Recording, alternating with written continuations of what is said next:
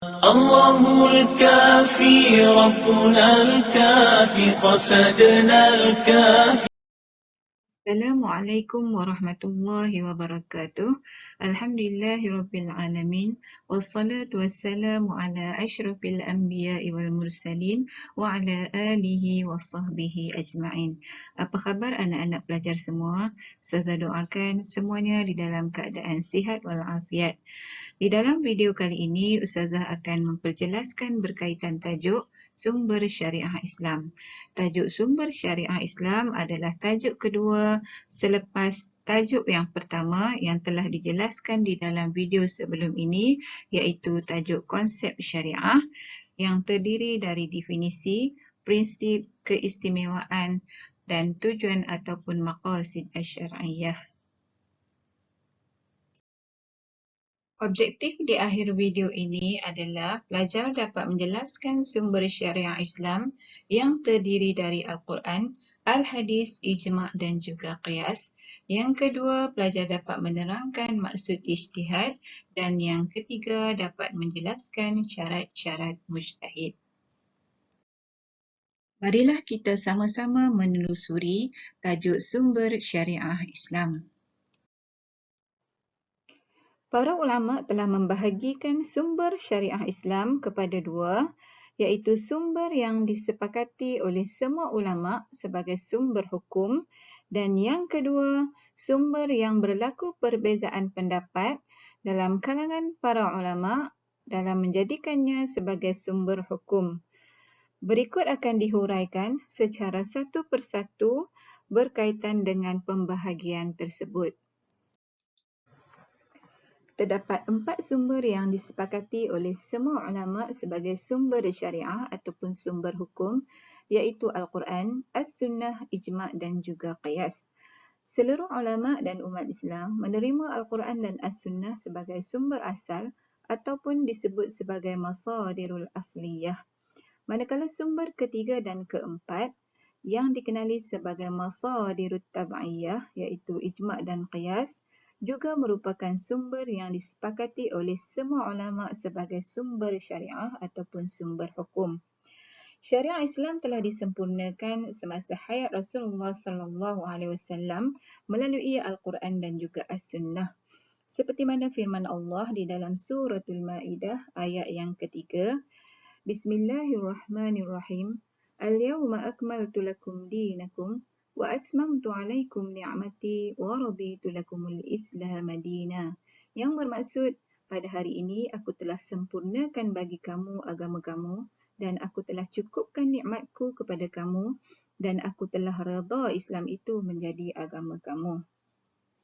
Namun hukum hakam akan sentiasa berkembang kerana dari masa ke semasa akan sentiasa timbul permasalahan baru yang memerlukan kepada jawapan. Jadi sebarang hukum yang sabit ataupun diputuskan selepas kewafatan Rasulullah SAW adalah melalui jalan ijtihad, iaitu ijma' ulama mujtahidin yang terdiri dari kalangan sahabat, tabi'in, tabi'ut tabi'in dan seterusnya hinggalah ke hari ini. Juga diputuskan melalui jalan qiyas. Huraian berkaitan dengan ijma' dan qiyas akan diperincikan selepas ini. Seterusnya disenaraikan beberapa sumber yang berlaku perbezaan pandangan dalam kalangan ulama dalam menjadikannya sebagai sumber hukum.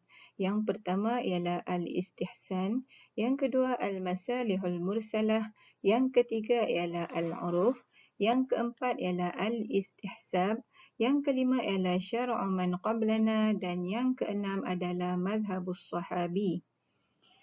Ada ulama yang menerima sumber-sumber ini sebagai sumber hukum dan ada yang tidak menerimanya sebagai sumber hukum.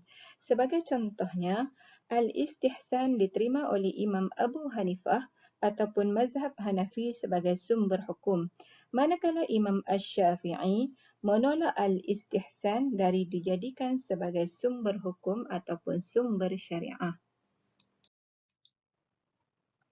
Al-Quran merupakan sumber pertama yang disepakati oleh seluruh ulama sebagai sumber hukum ataupun sumber syariah. Hujjatul Islam Imam Al-Ghazali ketika mendefinisikan Al-Quran berkata, ia adalah kitab yang diturunkan ke atas Rasulullah sallallahu alaihi wasallam yang tertulis di dalam mushaf-mushaf dinukilkan kepada kita daripada baginda secara mutawatir tanpa sebarang keraguan.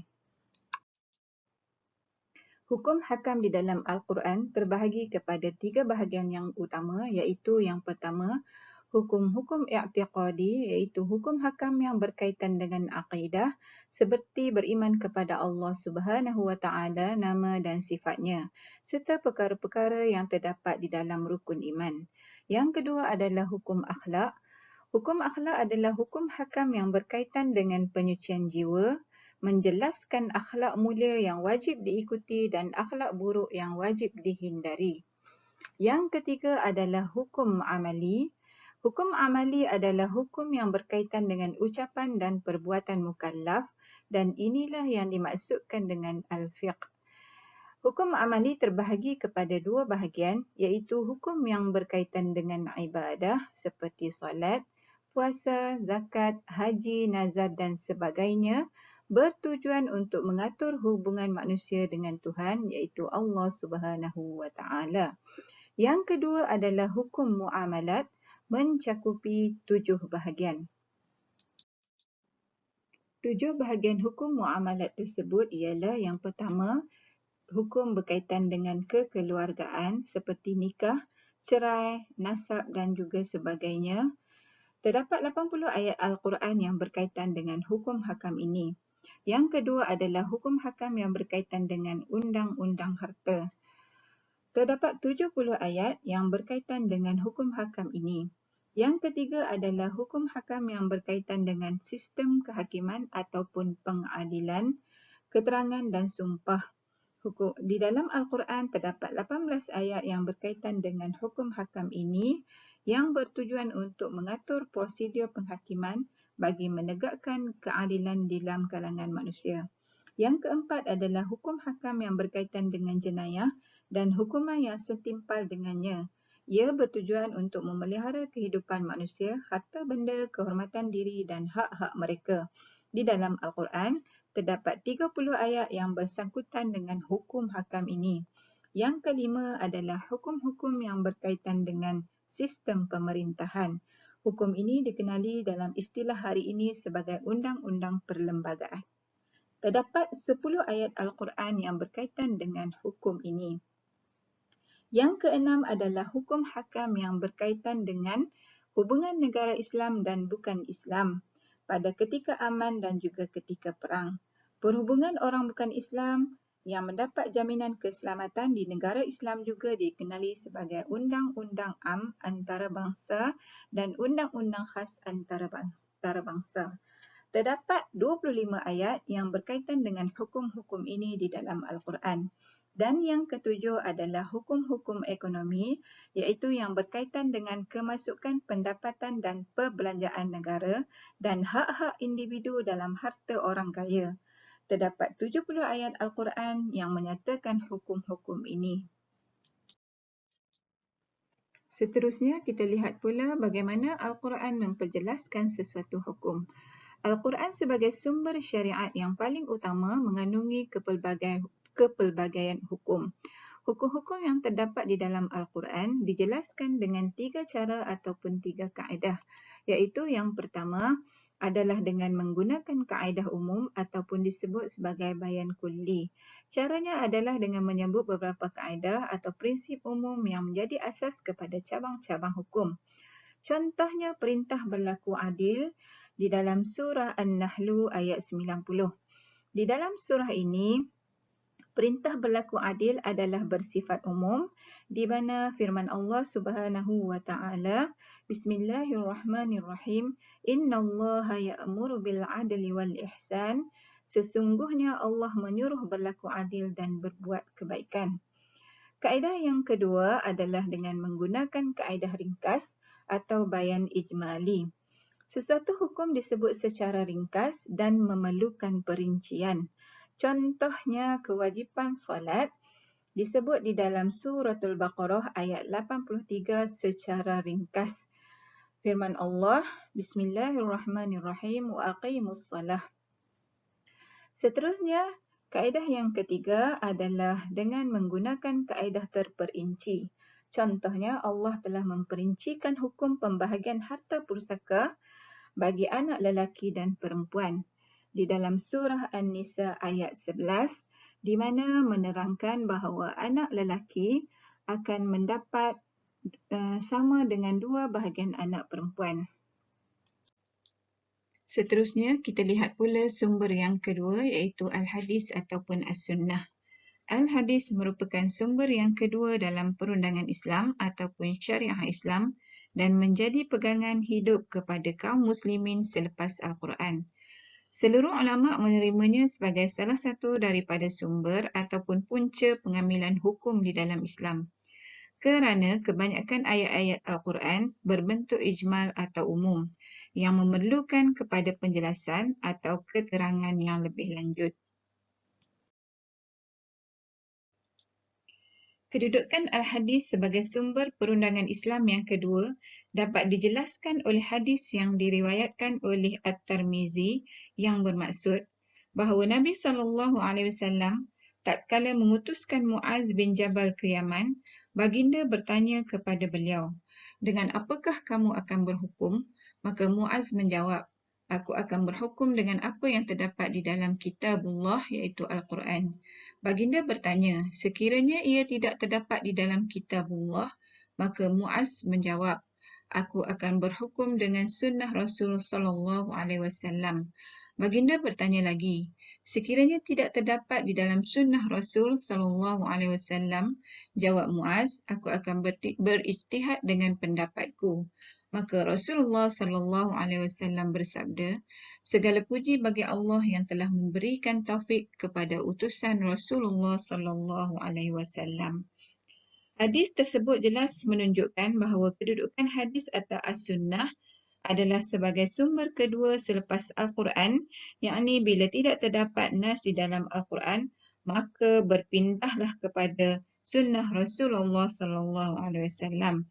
Demikianlah yang dilakukan oleh sahabat-sahabat dan ulama-ulama Islam yang muktabar.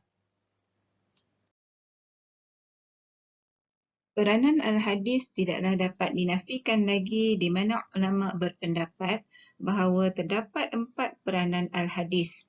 Yang pertama, Al-Hadis berperanan untuk menghurai dan menafsirkan ayat-ayat Al-Quran yang berbentuk mujmal.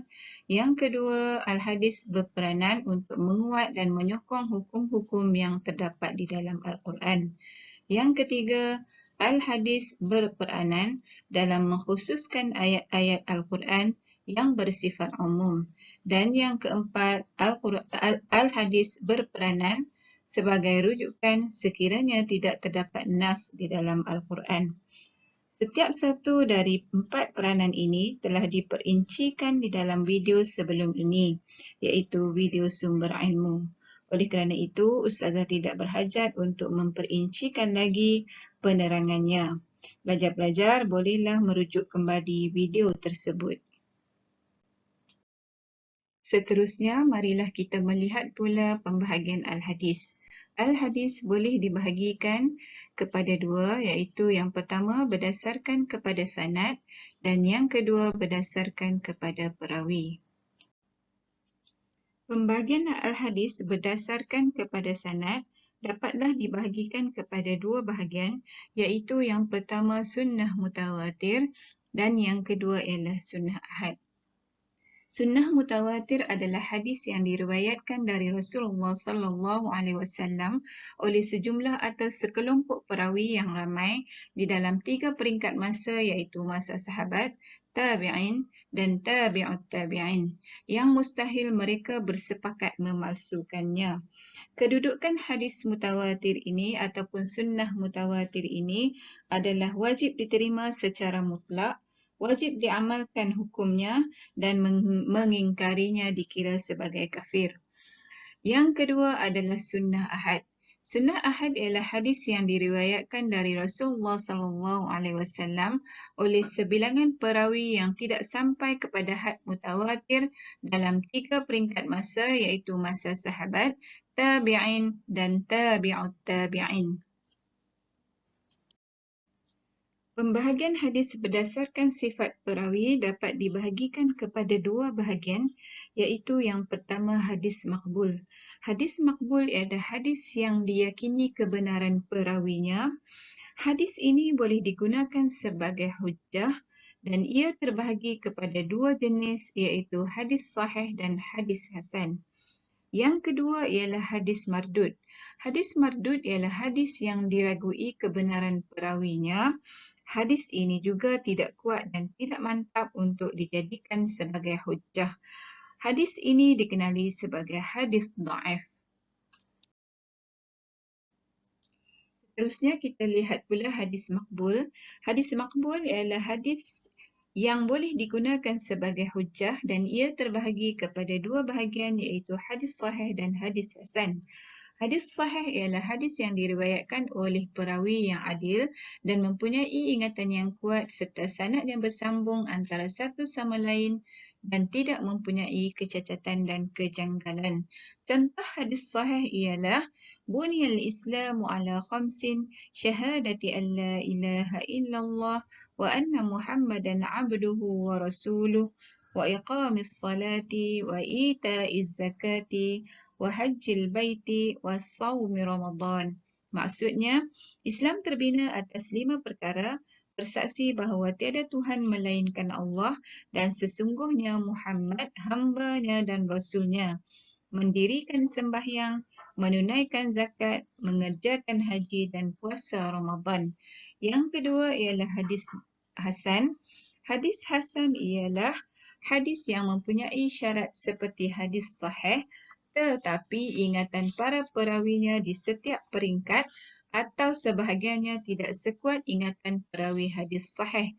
Contoh hadis hasan ialah laula an asyqa ala ummati la amartuhum bisiwaki 'inda kulli salatin.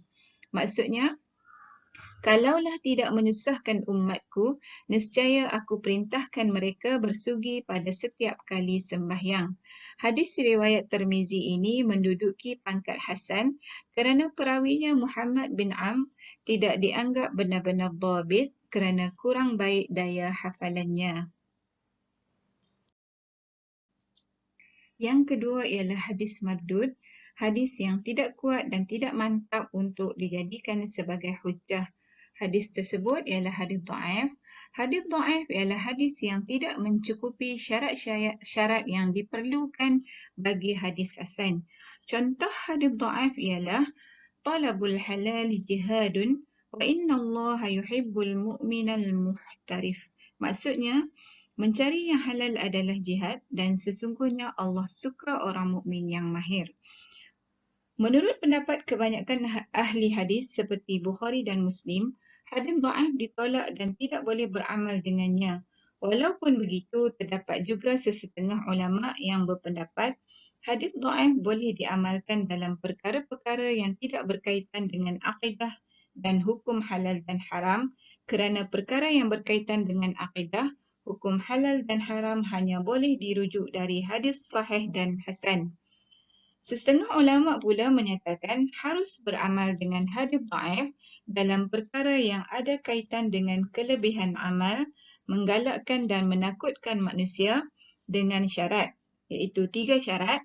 Yang pertama, kedaifan hadis tersebut tidak melampau. Hadis tersebut pada asalnya termasuk dalam perkara-perkara yang diamalkan. Semasa mengerjakan amalan itu, seseorang itu tidak beriktikad bahawa ianya pasti daripada Rasulullah sallallahu alaihi wasallam, tetapi mengamalkannya kerana menganggapnya ia adalah baik. Video kali ini hanya menjelaskan 2 sumber syariah iaitu Al-Quran dan juga Al-Hadis. Manakala sumber syariah yang ketiga dan keempat serta tajuk ijtihad dan mujtahid akan dijelaskan di dalam video seterusnya. Bertemu kita kembali nanti di dalam video sambungan sumber syariah Islam yang kedua.